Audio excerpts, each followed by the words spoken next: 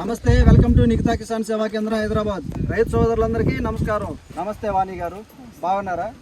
మనకి నిఖితా ఆయిల్స్ ఇప్పుడు ఎన్ని రౌండ్లు కొట్టారు? ఒక రౌండ్ వాడారు. తెల్లదోమ కానీ పచ్చదోమ కానీ ఇలాంటివి ఏం లేవు. మామూలుగా ఏం వస్తాయి సమస్యలండి?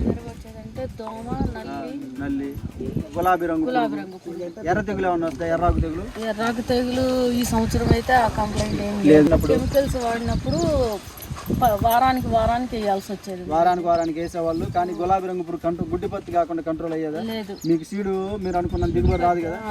రాలేదు కదా? రాలేదు. సో అందుకని మీరు నిఖితా ఆయిల్స్ వాడటం మొదలు పెట్టారు.